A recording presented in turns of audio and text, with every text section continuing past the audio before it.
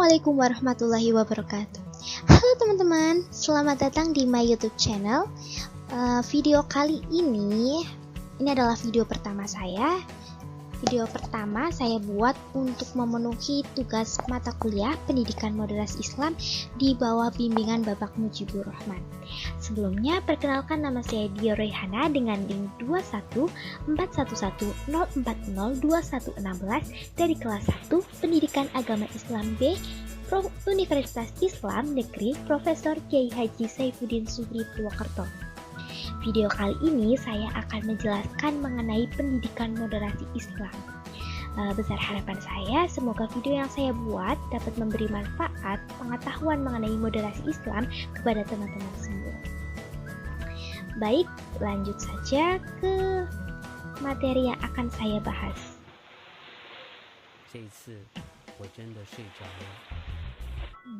Mengapa perlu ada moderasi Islam? Mungkin dari teman-teman semua sudah tidak asing ya dengan kata moderasi. Kata moderasi ini dalam bahasa Arab berarti wasatiyah atau wasata yang bermakna di tengah-tengah. Dalam Indonesia, wasatiyah ini dikenal dengan moderasi Islam. Mengapa perlu ada moderasi Islam? Ini adalah inti dari pembicaraan, inti dari penjelasan yang akan saya jelaskan dalam video kali ini. Maka dari itu, saya akan menjelaskan intinya, kesimpulannya di akhir video. Maka dari itu, untuk teman-teman semua jangan skip videonya ya. Baik, perbedaan yang ada di Indonesia memanglah unik. Tidak semua bangsa di dunia memiliki keberagaman yang sangat beragam seperti Indonesia. Namun, karena banyaknya perbedaan ini bisa memecah persatuan. Moderasi Islam penting diterapkan di Indonesia. Sudah sangat jelas bahwa Indonesia adalah negara yang kaya akan keberagaman. Maka dari itu, sikap moderat atau moderasi adalah suatu sikap dewasa yang baik dan sangat diperlukan. Mengapa moderasi Islam? Ini karena Islam memiliki slogan sebagai agama yang menjadi rahmat bagi seluruh alam, yakni yang berarti Allah Subhanahu wa Ta'ala menurunkan rasa kasihnya kepada makhluk di seluruh alam semesta melalui agama Islam. Rahmat yang Allah berikan di muka bumi ini tidak hanya untuk orang muslim saja, tetapi untuk non-muslim juga, dan meliputi aspek dimensi kehidupan manusia. Islam hadir di tengah masyarakat untuk mewujudkan rasa kedamaian dan ketentraman baik bagi manusia maupun bagi alam semesta. Manusia merupakan khalifah di bumi ya, sudah sepatutnya kita harus menjaga apa yang ada di bumi, bukan malah berbuat kemungkaran ya. Manusia diciptakan oleh Allah Subhanahu wa Ta'ala sebagai makhluk yang sempurna dan mulia. Bentuk kesempurnaan manusia adalah kecerdasan intelektual yang dimilikinya. Manusia dibekali akal oleh Allah Subhanahu wa Ta'ala agar memperoleh pengetahuan untuk kemaslahatan di dunia. Tidak semua makhluk di dunia yang diciptakan oleh Allah Subhanahu wa Ta'ala memiliki akal. Inilah mengapa manusia disebut sebagai makhluk yang sempurna. Maka dari itu, karena kita sudah dikasih kepercayaan oleh Allah Subhanahu wa Ta'ala untuk menjadi khalifah di muka bumi, maka kita harus menjaga bumi kita, terutama negara kita ya, agar damai, tentram, dan seterusnya. Itu adalah salah satu wujud ya dari manusia sebagai khalifah di muka bumi. Baik, materi yang saya bahas ada 4 materi. Yang pertama yaitu definisi pendidikan moderasi Islam, yang kedua ada tujuan dan manfaat moderasi Islam, yang ketiga adalah landasan normatif dan historis moderasi Islam, dan yang terakhir ada prinsip-prinsip moderasi Islam. Next, langsung saja ke materi yang pertama, ada definisi pendidikan moderasi Islam. Pendidikan adalah proses pembelajaran melalui pengajaran, pelatihan, dan penelitian. Sedangkan moderasi Islam adalah sikap mengurangi kekerasan atau menghindari keekstriman dalam praktik bernegara.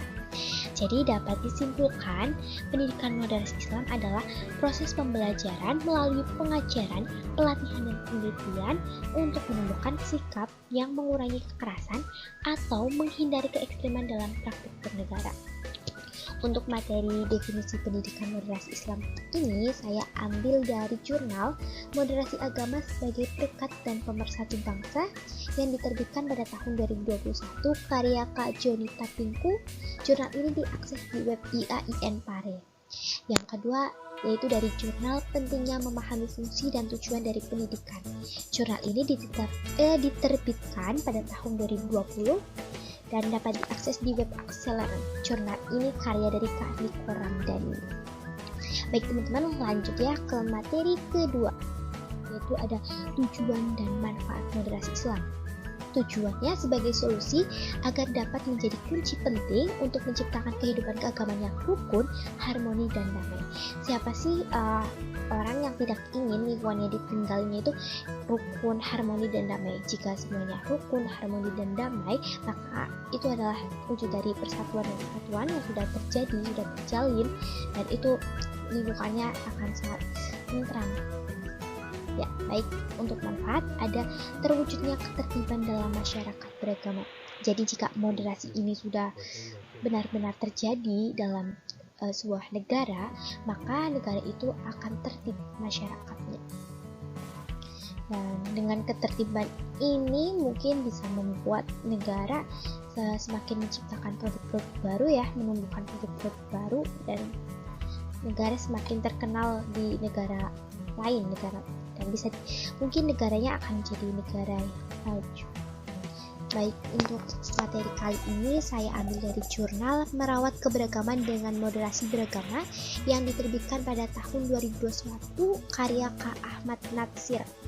Jurnal ini dapat diakses di web IAIN Tulung Agung.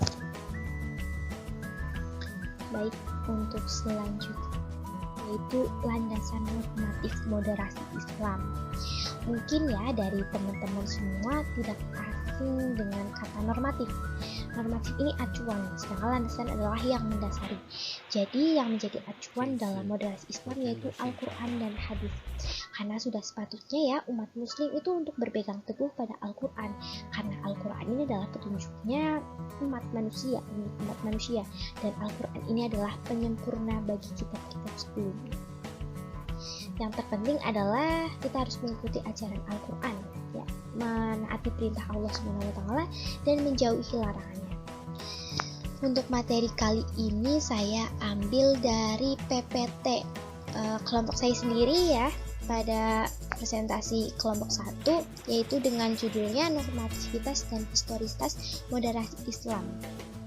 Baik, dari selanjutnya ada landasan historisitas moderasi Islam. Landasan tadi sudah dijelaskan artinya yang mendasari, sedangkan historisitas adalah kejadian yang sudah terjadi di masa lampau, sejarah gitu. Itu arti dari historisitas. Untuk landasan historisitas moderasi Islam yaitu kejadian yang terjadi misalnya pada masa sekarang, kejadian ini terjadi, dan pada zaman Nabi kejadian ini pernah terjadi. Jadi kita mengikuti penyelesaiannya pada zaman Nabi. Jadi pada zaman Nabi ketika sudah ditemukan penyelesaiannya, itu sebagai acuan bagi kita untuk dalam melaksanakan kehidupan di masa sekarang ini. Di gambar slide kali ini adalah ada contoh sikap moderasi Islam yaitu toleransi. Tidak membeda-bedakan gitu ya. Ini ada orang yang beragama Hindu lalu sedang berbagi kepada orang yang beragama Islam tanpa memandang agama ya. Ini adalah salah satu wujud toleransi yang wujud toleransi yang patut kita kembangkan dalam kehidupan sehari. Baik, untuk materi selanjutnya ada prinsip-prinsip moderasi Islam. Ada tawasud, ada tawasun, dan ada tasawuf. Tawasud ini berarti mengambil jalan tengah, yaitu pemahaman dan pengamalan yang tidak ifrat atau berlebih-lebihan dalam beragama, dan tafrid, menguasai ajaran agama. Jadi maksud dari tawasud ini adalah seimbang antara dunia dan akhirat. Tidak misalnya fokus pada dunia saja, tetapi kita harus fokus pada dunia juga fokus terhadap akhirat. Fokus terhadap dunia juga mengumpulkan bekal sebanyak-banyaknya untuk di akhirat nanti.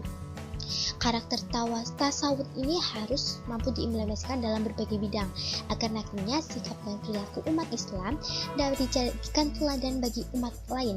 Dengan sikap ini, umat Islam akan menjadi umat yang bersikap dan bertindak lurus dan bersifat membangun serta menghindari segala bentuk pendekatan yang bersifat ekstrim. Lanjut ke materi kedua, ada tawazun. Tawazun ini berarti seimbang antara yang kanan dan yang kiri. Bisa diartikan ini seimbang, tidak ada yang berat sebelah, artinya seimbang antara kanan dan kiri itu selaras, seimbang. Maksud dari tawazun yaitu pemahaman dan pengamalan agama secara seimbang yang meliputi semua aspek kehidupan, baik dalam duniawi maupun ukhrawi. Tegas dalam menyatakan prinsip yang dapat membedakan antara inhiraf atau penyimpangan dan ikhtilaf atau perbedaan. Lanjut ke prinsip yang terakhir, yaitu tasamuh. Tasamuh adalah sikap menghargai perbedaan, baik agama, pemikiran, keyakinan, sosial kemasyarakatan, budaya, dan berbagai perbedaan lain.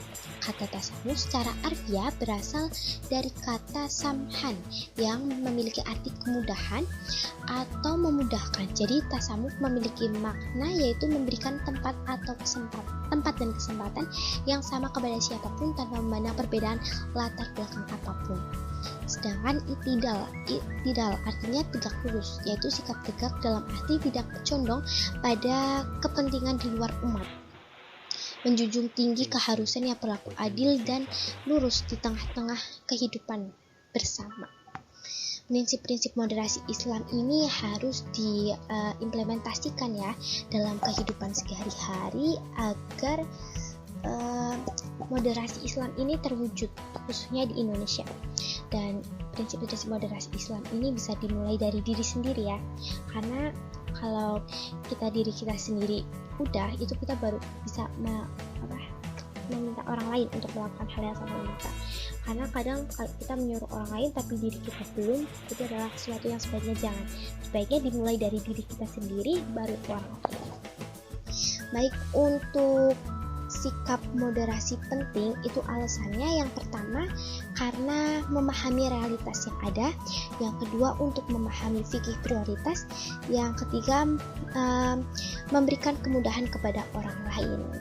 Contoh moderasi itu seperti gambar yang tadi, yaitu gambar sikap toleransi ya, berbagi tanpa memandang agama. Itu adalah contoh dari moderasi Islam yang sudah sepatutnya dikembangkan dalam kehidupan sehari-hari. Untuk materi prinsip-prinsip moderasi Islam ini saya ambil dari PPT Prinsip-Prinsip Moderasi Islam karya Nadia dan kawan-kawan kelas 1 Pendidikan Agama Islam B. Baik teman-teman, jadi dapat disimpulkan kenapa moderasi ini penting, karena dengan adanya moderasi akan mewujudkan lingkungan yang tertib, damai, dan tentram. Apalagi dalam kehidupan bernegara yang masyarakatnya memiliki berbagai macam banyak perbedaan. Maka dari itu moderasi ini seharusnya ditumbuhkan, khususnya dalam negara Indonesia. Kita bersama-sama untuk mewujudkan Indonesia yang lebih baik lagi, untuk menjunjung tinggi sikap persatuan dan kesatuan meskipun banyaknya perbedaan yang ada atau banyaknya perbedaan yang terjadi. Itu teman-teman tentang materi yang saya jelaskan mengenai pendidikan moderasi Islam. Semoga bisa menjadi manfaat bagi teman-teman semua ya. Dan jika teman-teman semua memiliki pertanyaan tentang materi yang saya jelaskan tadi, teman-teman bisa menghubungi saya lewat email, yaitu dengan alamat royhadia@gmail.com, dan atau bisa melalui IG dia official. Baik teman-teman, itulah materi yang saya sampaikan. Kurang lebihnya saya mohon maaf. Saya menyadari banyaknya kekurangan dalam video yang saya buat, maka dari itu saya mengharapkan saran dan kritik dari teman-teman semua agar saya dapat memperbaiki video saya agar lebih baik ke depannya. Dan jangan lupa untuk like, comment, dan subscribe. Baik teman-teman, sepertinya sekian penjelasan yang saya berikan tentang pendidikan moderasi Islam. Kurang lebihnya saya mohon maaf. Assalamualaikum warahmatullahi wabarakatuh. See you next time. Ya, jangan lupa untuk like, comment, and subscribe. Share juga jangan lupa. Terima kasih yang udah menyempatkan untuk menonton.